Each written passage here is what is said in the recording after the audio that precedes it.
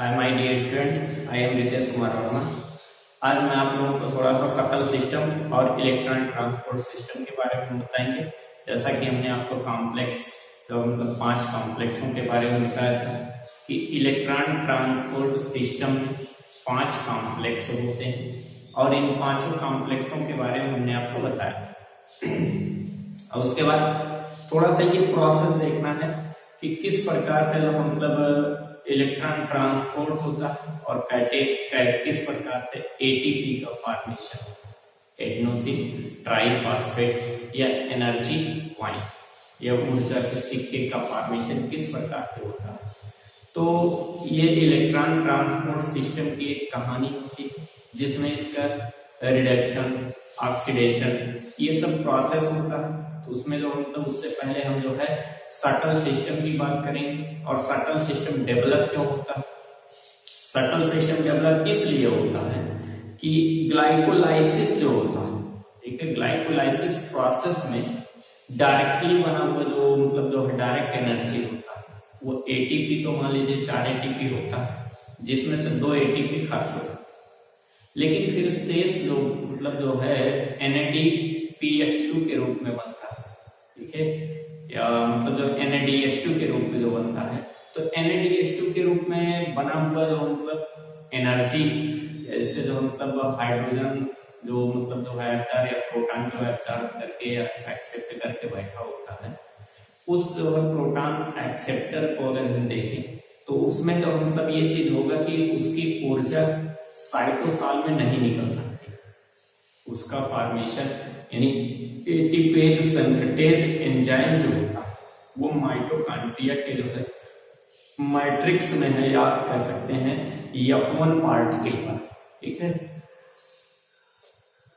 तो F1 particle पे जो एटीपी की सिंथेसिस करने वाला होता है एंजाइम, तो इसके लिए जो है क्या होता है कि जो मतलब जो कुछ ऐसे शटल सिस्टम या चैनल या रास्ता होता है जिसके थ्रू साइटोसॉल वाला NADH2 माइटोकॉन्ड्रिया के अंदर इंटर करता है। अब इसके जो है जाने के 2 रास्ते होते हैं।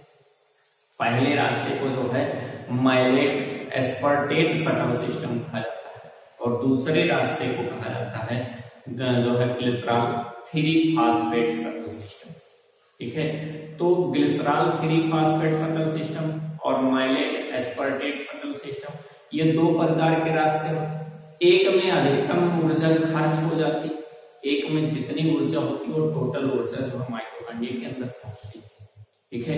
जैसे कि मतलब जो है अनेक प्रकार के लोग जो है ये चीज कहते रहते हैं कि मतलब जो है कई टीचर के द्वारा बताया जाता है कि नहीं, एटीपी के फॉर्मेशन मतलब 36 एटीपी बनता है, ठीक है, और जो है मतलब और लोग कहेंगे नहीं 38 एटीपी बनेगा। तो इस 36 और 38 एटीपी के कंफ्यूजन दोनों बनता है, 36 भी बनता है और 38 भी बनता है। ये डिपेंड करता है, ये जो मतलब आधारित होता है कि NADH2 किस शटल सिस्टम से माइटोकॉन्ड्रिया के अंदर जा रहा है। जैसा कि आप ये जानते हैं कि एक NADH2 से माइटोकॉन्ड्रिया के अंदर 3 एटीपी का फॉर्मेशन और एक FADH2 से 2 एटीपी फॉर्मेट। तो इस प्रकार के मतलब जो है अगर ऐसा प्रोसेस है तो ऐसे प्रोसेस के लिए मतलब जो है कैसे शटल सिस्टम के बारे में अगर आप जान जाएंगे तो ये जो मतलब आपके दिमाग से ये पॉइंट जो है मतलब खत्म हो जाएगा। 36 बनता है, 38 बनता है, ठीक है। तो जैसे कि जो नर्व सिस्टम है, लीवर सेल है, यहाँ सब जो है अलग प्रकार के शटल सिस्टम्स होते हैं और जो हमारी मांसपेशी या मसल्स सेल्स होती हैं वहाँ अलग प्रकार के शटल सिस्टम होते हैं। तो हम देखते हैं मतलब शटल सिस्टम क्या होता है। शटल सिस्टम के बारे में देखेंगे। थोड़ा सा एक चीज और बता दें कि जो मतलब जैसे आप ये चीज देखते हैं कि जो हमारा मतलब जो है वीडियो है वो जो है मतलब डिजिटल पर नहीं है, हो सकता है 1 साल के बाद हम भी डिजिटल पर आ जाए। तो डिजिटल से नहीं मतलब होता, मतलब प्रभाव से होता है कि कौन सा वीडियो कितना प्रभावी है या जो मतलब किसमें क्या जानकारी दी जा रही है। सिर्फ दिखने की बात नहीं होती, हर चमकती हुई चीज हीरा नहीं होता, ठीक है। और जैसे आप ये चीज कहते नहीं है, एक मतलब बिहाई दास जी का जो है एक दोहा बहुत अच्छा दोहा है कि जैसे कहा जाता सत सैया के दो हरे जेव नाविक के तीर देखन मन छोटन लगे घाव करे गंभीर। तो ऐसा मतलब जो है हमारा जो मतलब जो है जो वीडियो है ये आपको देखने में तो लोकल लगेगा, लेकिन अगर आप इससे पढ़ाई कर लेंगे ना इसका प्रभाव बहुत ही गंभीर होगा। ठीक है, यदि आप जो मतलब ईमानदारी पूर्वक पढ़ लेंगे तो ये निश्चित हम कहते हैं कि सफलता की 100% गारंटी।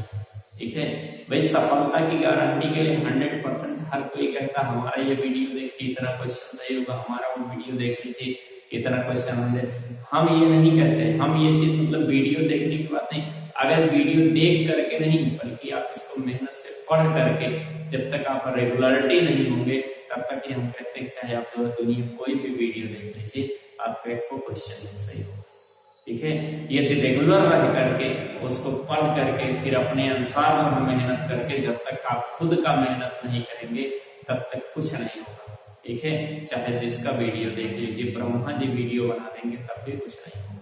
ठीक है, तो इसलिए आप जो मतलब रेगुलर रह करके पढ़िए और जो है उसको जो है अच्छे तरीके से मतलब तैयार करिए, तब जाकर के आप एग्जाम में सफल होंगे। तो आइए हम बहुत ज्यादा बात ना करते हुए हम आते हैं अपने इस पॉइंट पर सटल सिस्टम की बात करते हैं। ठीक है, जैसा कि आप ये देखते हैं कि जो सटल सिस्टम होता है ये जो है NADH2 जो साइटोसॉल में बना हुआ होता है। ठीक है, इसका साइटोसॉलिक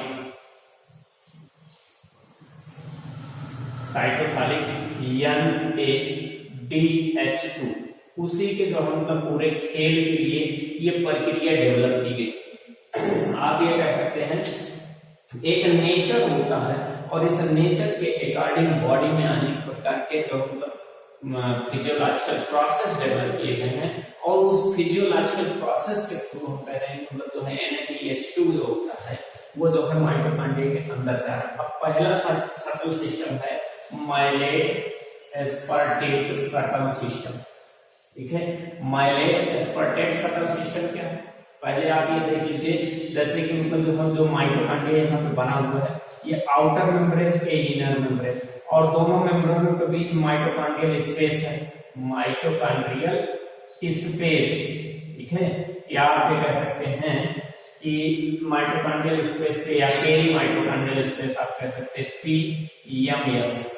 यहाँ भी मतलब हमारा PMS है, पेरी माइटोकॉन्ड्रियल स्पेस है। इसके अंदर की तरफ जो है सटल मतलब इनर माइटोकॉन्ड्रियल स्पेस है, ये आउटर माइटोकॉन्ड्रियल स्पेस। और इधर क्या हो जाएगा मैट्रिक्स होता है। ठीक है, तो इस मैट्रिक्स के अंदर ही जो है मतलब जो साइटोसॉलिक जो मतलब NADH2 है उसको इसके अंदर भेजना। अब इसके अंदर भेजने के लिए आप देख रहे हैं मतलब कि जो है यहाँ पर दो रास्तों का फॉर्मेशन किया गया, दो रास्ते बने हुए हैं या जिसे आप एक प्रकार से कह सकते हैं चैनल होता है। यानी हर मेम्ब्रेन जो होता है, मेम्ब्रेन हमेशा हर वस्तु के लिए परमेबल नहीं होता, क्योंकि मेम्ब्रेन का जो एक क्वालिटी होता है जिसे कहा जाता है सेलेक्टिव परमेबल। वो कुछ जो है मतलब सेलेक्टिव मटेरियल के लिए परमेबल होता है, कुछ चयन किए गए पदार्थ के लिए जो मतलब पारगम्य होता है, सबके लिए पारगम्य नहीं होता। यानी कोई मतलब हर पदार्थ जो है किसी मेम्ब्रेन को क्रॉस करके एक तरफ से दूसरी तरफ नहीं जा सकता है। सिर्फ जिसको मेम्ब्रेन सेलेक्ट करेगा, जिसको मेम्ब्रेन जो है आदेशित करेगा कि हाँ ये पदार्थ अंदर आए ये बाहर जाए, तो वही जा सकता है। इसीलिए ये सिलेक्टिव परमेबल होते हैं, जो है सेमी परमेबल नहीं, सिलेक्टिव परमेबल, अर्ध पारगम्य नहीं, जो मतलब आप कह सकते हैं चयनात्मक पारगम्य होते हैं। तो इस प्रकार की ये मेम्ब्रेन का जो है मतलब जो आप कह सकते हैं नेचर है, एक स्ट्रक्चर है जिसके थ्रू ये प्रोसेस होता है। आप देखिए जैसे ग्लूकोज से जो है जब पायरुविक एसिड का फॉर्मेशन होता है तो एक ग्लूकोज मॉलिक्यूल से दो पायरुविक एसिड बनते हैं, ये प्रोसेस ग्लाइकोलाइसिस कहलाता है, ग्लूकोज का अपघटन। अब ग्लाइकोलाइसिस प्रोसेस में क्या होता है कि दो NADH2 का फॉर्मेशन होता है।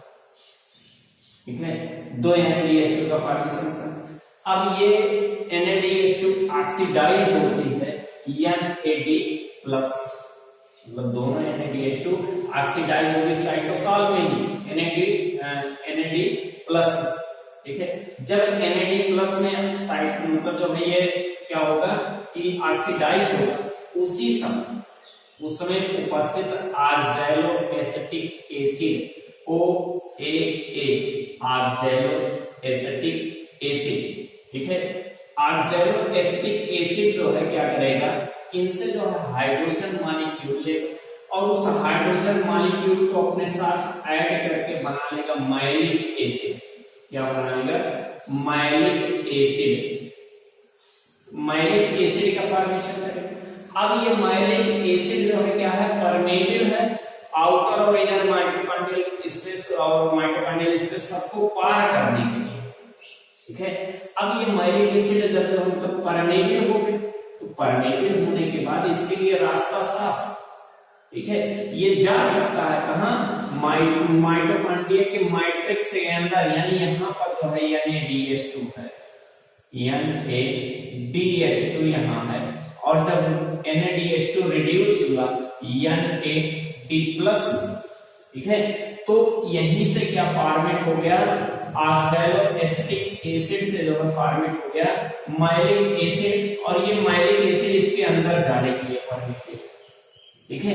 तो जिस रास्ते से जाना मतलब इसके लिए एक विशेष रास्ता हो, तो उस रास्ते से ये मैट्रिक्स के अंदर माइलिक एसिड इंटर करे, और जब माइलिक एसिड इसके अंदर इंटर कर जाता है तो फिर माइलिक एसिड क्या होगा कि ऑक्सैलो एसिटिक एसिड में फिर से कन्वर्ट होगा, और जो है यहाँ पर क्या छोड़ेगा, इस स्थान पर ये छोड़ेगा जो मतलब हाइड्रोजन मॉलिक्यूल, और इसके अंदर माइटोकॉन्ड्रिया मैट्रिक्स के अंदर NAD+ होते हैं, यानी 2 मॉलिक्यूल है तो 2 मॉलिक्यूल NAD+ लगेगा, और ये NAD+ क्या करेगा कि जो है 2 मॉलिक्यूल NADH2 का फॉर्मेशन कर दिया, ठीक है।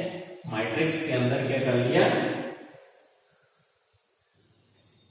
NADH2 का फॉर्मेशन कर लिया, इधर माइलिक एसिड कन्वर्ट हो गया ऑक्सैलो एसिटिक एसिड, ठीक है। और इसी में होता है अमोनियम आयन होता है, NH4+ होता है, और oxalo acetic acid ammonium ion से जुड़ करके एक अमोनियम आयन अपना जोड़ेगा, और अमोनियम आयन से जुड़ करके एस्पार्टिक एसिड का निर्माण कर देगा, ठीक है। एसिड का फॉर्मेशन कर देगा एस्पार्टिक एसिड का। क्यों? क्योंकि ऑक्सैलो एसिटिक एसिड जो होता है, यहाँ पे ऑक्सैलो एसिटिक एसिड से जब माइलिक एसिड क्यों कन्वर्ट हुआ, इसलिए कन्वर्ट हुआ क्योंकि ऑक्सैलो एसिटिक एसिड परमेबल ही नहीं था, अंदर जा ही नहीं सकता था।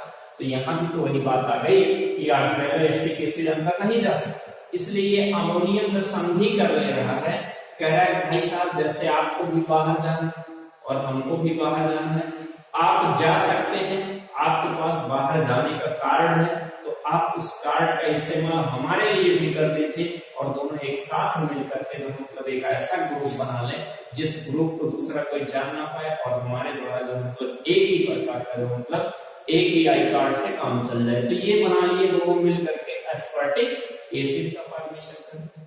अब एस्पार्टिक एसिड क्या हो गया, परमेबल हो गया बाहर जाने के लिए। तो एस्पार्टिक एसिड जो है इनर मैट्रिक्स से होता हुआ inner mitochondrial space, outer mitochondrial मतलब जो आउटर इनर माइटोकॉन्ड्रियल मेम्ब्रेन और इनर माइटोकॉन्ड्रियल और माइटोकॉन्ड्रियल स्पेस या पेरीमाइटोकॉन्ड्रियल स्पेस, और फिर जो है आउटर माइटोकॉन्ड्रियल मेम्ब्रेन से होता हुआ बाहर आ जाएगा। और बाहर आकर के फिर क्या कहा भाई साहब अब आपको हम पार कर दिए, अब आप हमको छोड़िए। अमोनियम आयन कहेगा कि हम आपको तो यहाँ से पार कर दिए, तो अब आप हमको छोड़ दीजिए। तो यहाँ पर ये क्या करेगा, अमोनियम आयन निकाल करके जो एस्पार्टिक एसिड होगा, एस्पार्टिक एसिड अमोनियम आयन निकाल करके फिर जो है ऑक्सैलो एसिटिक एसिड का फॉर्मेशन है, ठीक है। तो यहाँ पर यूज किसका हुआ, माइलिक एसिड अंदर गया, एस्पार्टिक एसिड बाहर आया। इस कारण से इस शटल सिस्टम को माइलेट एस्पार्टेट शटल सिस्टम कहा गया। और 2 NADH2 बाहर और अंदर भी इसने 2 NADH2 का ही फॉर्मेशन, यानी अब अंदर अब NADH2 चला गया, अब इसका काम केवल ETS में लगेगा, इलेक्ट्रॉन ट्रांसपोर्ट सिस्टम में लगेगा और जहां पर जो मतलब ये 2 NaDH2 था 2 NaDH2 अंदर बन गया। तो इस प्रकार से ये चीज जो मतलब प्रोसेस हुआ। तो आप ये ध्यान दीजिएगा कि माइलेट एस्पर्टेट सकल सिस्टम से 2 NaDH2 को अंदर ले जाकर के 2 NaDH2 में डिफॉर्मेट किया जाता है। ठीक है, तो ये चीज मतलब जो है ये कंडीशन है कि जो है 2 NaDH2 से 2 ही NaDH2 बने और 2 NaDH2 का फॉर्मेशन। दूसरा सकल सिस्टम क्या है, ये तो लीवर में हो रहा है या फिर आप ये कह सकते हैं नर्व सिस्टम में हो रहा है और अदर पार्ट में मतलब जो है ये हो रहा है। ठीक है, तो इस प्रकार से मतलब जो है हम कह सकते हैं कि मतलब जो है 2 NaDH2 माइलेट सर्कल सिस्टम के द्वारा 2 NaDH2 के रूप में ही अंदर चला गया। दूसरा सर्कल मतलब जो हमारा सर्कल सिस्टम है glycerol three phosphate circle system. Glycerol three phosphate circle system है। ये आप ये कह सकते हैं कि मतलब जो है एक प्रकार से किसमें होता है, मसल्स में होता है, मांसपेशियों में होता है। तो मांसपेशियों में यदि हो रहा है तो वहां पर किस प्रकार से होगा, यहाँ पर भी सेम वही कंडीशन मतलब होगा ग्लाइकोलाइसिस मांसपेशियों के सेल में और 2 NaDH2 बनेगा और 2 NaDH2 बनेगा तो 2 NaDH2 जब बनेगा तो ये जब रिड्यूस होगा तो ऑक्सीडाइज होगा। ठीक है, ऑक्सीडाइज होगा तो जो है 2 NAD प्लस बनाएगा। इसमें क्या होगा 2 NAD प्लस में जो है मतलब जो है यहाँ पे क्या होगा कि जो है जैसे ये बनेगा डाई हाइड्रोक्सी एसीटोन फास्फेट होता है, डाई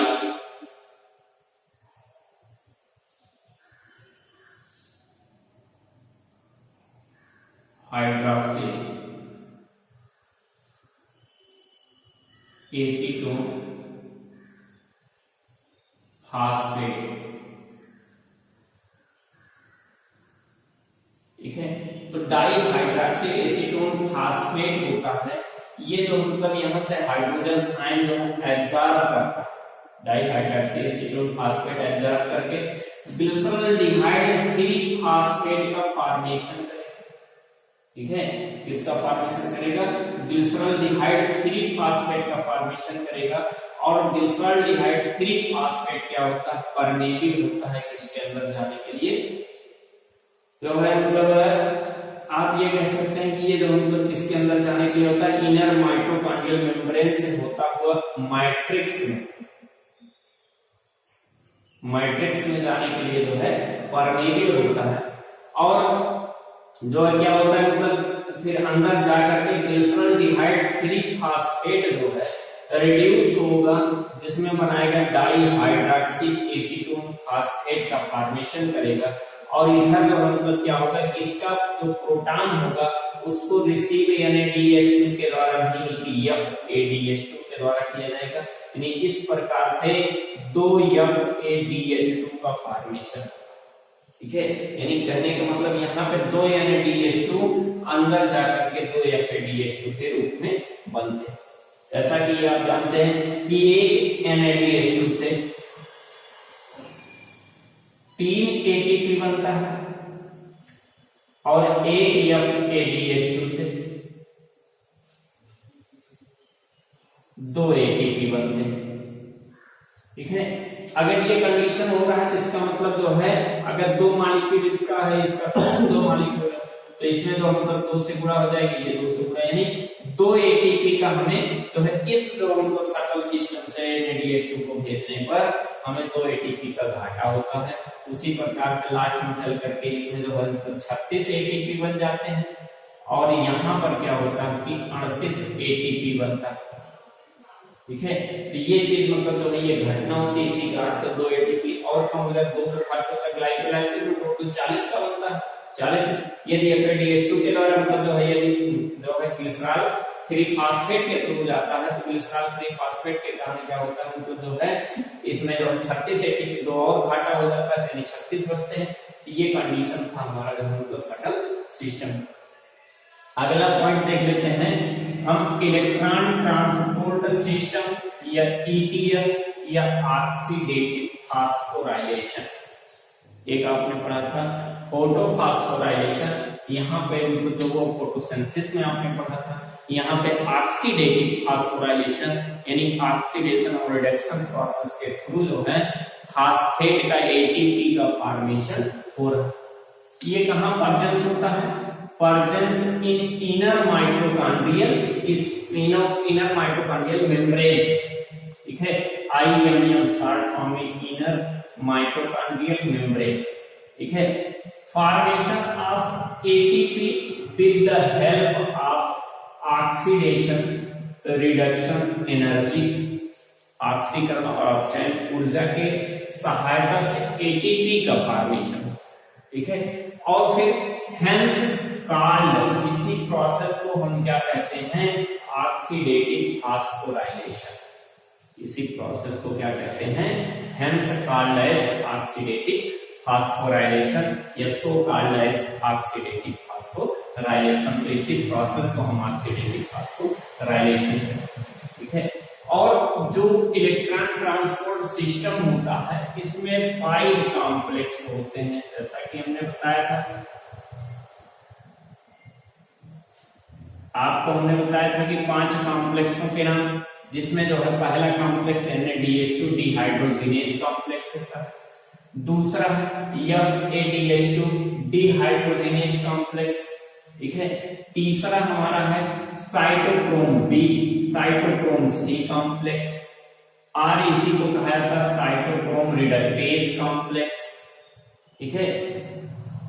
और चौथा है साइटोक्रोम A और साइटोक्रोम A3 कॉम्प्लेक्स या साइटोक्रोम ऑक्सीडेज कॉम्प्लेक्स, ठीक है। और पांचवा है F1 पार्टिकल, ठीक है, या आप कह सकते हैं एटीपेज सिंथेज कॉम्प्लेक्स। तो इस प्रकार से 5 कॉम्प्लेक्स होते हैं। NADH2 हाइड्रोजिनेज कॉम्प्लेक्स, ठीक है, FADH2 hydrogenase complex, cytochrome BC1 complex या साइटोक्रोम रिडक्टेज कहा जाता है, साइटोक्रोम A3 और जो है साइटोक्रोम ऑक्सीडेज कहा जाता है, F1 पार्टिकल और एटीपेज सिंथेज। तो ये इतने मतलब कॉम्प्लेक्स होते हैं जिनके थ्रू जो है इलेक्ट्रॉन का ट्रांसपोर्टेशन होता है और जो है एनर्जी क्रिएट होती है, या मतलब आप ये कह सकते हैं कि एक प्रकार से हाइड्रोजन ग्रेडियंट स्थापित होता है, जिसके कारण से जब हाइड्रोजन एक तरफ से दूसरी तरफ जाता है तो एटीपी का फॉर्मेशन होता है। कॉम्प्लेक्स सेकेंड में, ठीक है, कॉम्प्लेक्स सेकेंड के द्वारा हाइड्रोजन पंप नहीं किया जाता, उस प्रकार से फिफ्थ भी नहीं करता, ठीक है। लेकिन आप जो कॉम्प्लेक्स, ये फिफ्थ को कॉम्प्लेक्स माना गया है, लेकिन कॉम्प्लेक्स के अंतर्गत उस प्रकार से नहीं रखा जाता है। तो कॉम्प्लेक्स सेकेंड जो है हाइड्रोजन पंपिंग प्रोसेस नहीं करता है और फिफ्थ में भी नहीं होता, ठीक है। तो ये चीज है। यहाँ पे माइटोकॉन्ड्रिया हमने इस प्रकार से इसलिए बनाया था कि जैसे आप ये देख लीजिए कहाँ आउटर है, कहाँ इनर है, कौन सा मेम्ब्रेन है, इस चीज को आप देख सकते हैं, ठीक है। आउटर और इनर मेम्ब्रेन, तो उसी को जो हम लोग थोड़ा सा डिटेल में यहाँ बनाएंगे कि ये जो मतलब आउटर मेम्ब्रेन है, आउटर माइटोकॉन्ड्रियल मेम्ब्रेन, और पेरी माइटोकॉन्ड्रियल स्पेस, और ये क्या है, इनर माइटोकॉन्ड्रियल मेम्ब्रेन, ठीक है। और ये इधर मैट्रिक्स है, मैट्रिक्स बना हुआ, ठीक है। इसके तो मतलब इनर माइटोकॉन्ड्रियल स्पेस पर कॉम्प्लेक्सेस प्रेजेंट होते हैं। ये कॉम्प्लेक्स फर्स्ट है, ये जो मतलब हमारा क्या है, कॉम्प्लेक्स फर्स्ट, यहाँ पे कॉम्प्लेक्स सेकेंड, ये कॉम्प्लेक्स थर्ड, ठीक है, और ये कॉम्प्लेक्स फोर्थ, और यहाँ पे कॉम्प्लेक्स फिफ्थ जो कि ATPFO F1 पार्टिकल, ठीक है।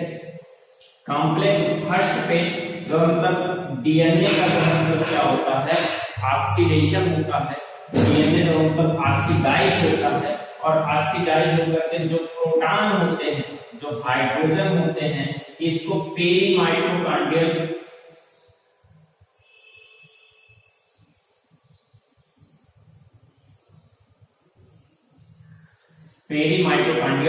स्पेस, पेरी माइटोकॉन्ड्रियल स्पेस में प्रोटॉन को ये जो मतलब पंप करते हैं, ठीक ठीक है, फर्स्ट वाले में NaDH2 का जो है रिडक्शन होता है और रिडक्शन होने के पश्चात हाइड्रोजन को पेरी माइटोकॉन्ड्रियल स्पेस के अंदर यानी इनर और आउटर माइटोकॉन्ड्रियल के बीच उपस्थित स्थान के अंदर हाइड्रोजन डाल दिया। ठीक है, सेकंड नंबर जो हम तो रिडक्शन क्या होता है FADH2 का। ठीक है, FADH2 FAD+ में बदलता है, लेकिन इसके द्वारा हाइड्रोजन को पंप नहीं किया जाता। ठीक है, फिर थर्ड वाला और फर्स्ट और सेकंड के बीच जो है एक इलेक्ट्रॉन मोबाइल इलेक्ट्रॉन कैरियर होता है। ठीक है, मोबाइल इलेक्ट्रॉन कैरियर जिसे कहा जाता है यूबिक्विनोन।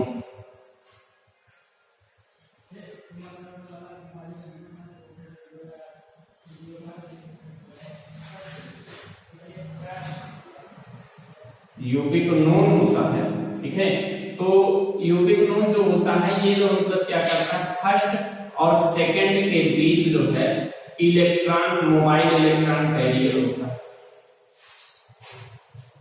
मोबाइल इलेक्ट्रॉन कैरियर,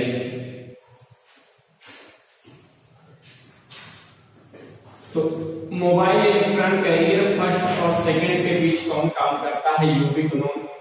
ठीक है, UQ। थर्ड जो होता है थर्ड पे होता है साइटोक्रोम BC1। साइटोक्रोम B और C1 कॉम्प्लेक्स होता है। फर्स्ट का हमने बताया कि NaDH2 डिहाइड्रोजिनेज हो गया, फिर जो मतलब FADH2 डिहाइड्रोजिनेज हो गया सेकंड पे। थर्ड पे BC1 होता है, BC1 कॉम्प्लेक्स होता है और ये क्या करता है मतलब जो है ये हाइड्रोजन मॉलिक्यूल को जो है माइटोकॉन्ड्रियल स्पेस में पंप करता है। ठीक है, फिर थर्ड और फोर्थ के बीच एक साइटोक्रोम C होता है, ये भी क्या है mobile electron carrier. Mobile electron carrier. ठीक है, तो मोबाइल इलेक्ट्रॉन कैरियर जो होता है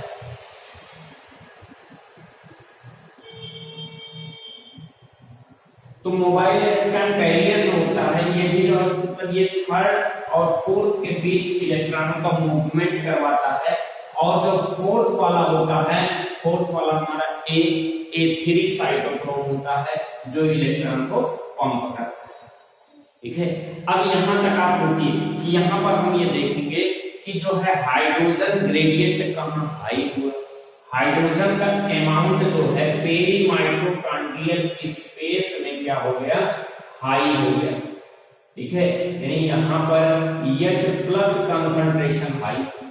जब H+ कंसंट्रेशन हाई होगा तो जो pH होगा pH वैल्यू यहां का लो हो जाएगा। ठीक है, और मैट्रिक्स के अंदर H+ कंसंट्रेशन लो है, pH हाई। ठीक है, यानी एक प्रकार का प्रोटॉन ग्रेडियंट स्थापित हो गए, एक तरफ पॉजिटिव चार्ज ज्यादा एक तरफ पॉजिटिव चार्ज कम। तो इस कंडीशन में क्या होगा कि और प्रोटॉन को जो हम पास करने के लिए FOF1 कॉम्प्लेक्स होता है। FOF1 कॉम्प्लेक्स के थ्रू जो है प्रोटॉन पेरी माइटोकॉन्ड्रियल स्पेस से मैट्रिक्स के अंदर जाए। ठीक है, तो मैट्रिक्स के अंदर जब प्रोटॉन जाता है उसी समय FO से तो पास होगा प्रोटॉन और F1 के पास जैसे पहुंचेगा यहां पर इसकी इसी प्रोटॉन की एनर्जी को लेकर के ATP का फॉर्मेशन करेंगे। ठीक है, यानी ADP जो है ATP का फॉर्मेशन करेंगे और प्रोटॉन जो है कहां चला जाएगा मैट्रिक्स में चला जाएगा और तब तक ये जाता रहता है जब तक कि इधर और इधर प्रोटॉन कंसंट्रेशन बराबर नहीं हो जाता। तो इस प्रकार से ये चीज है हमारा जो मतलब कि इलेक्ट्रॉन ट्रांसपोर्ट सिस्टम इस प्रोसेस के थ्रू जो है माइटोकॉन्ड्रिया के अंदर ATP का फॉर्मेशन होता है। यही पांचवा कॉम्प्लेक्स है जिसे ATP सिंथेटेज कॉम्प्लेक्स कहते हैं या FOF1 पार्टिकल कॉम्प्लेक्स कहते हैं। इस प्रकार से यहाँ पर ATP का फॉर्मेशन जो थोड़ा सा साइटोक्रोम का सीक्वेंस होता है वो सीक्वेंस यही है कि मतलब साइटोक्रोम B, साइटोक्रोम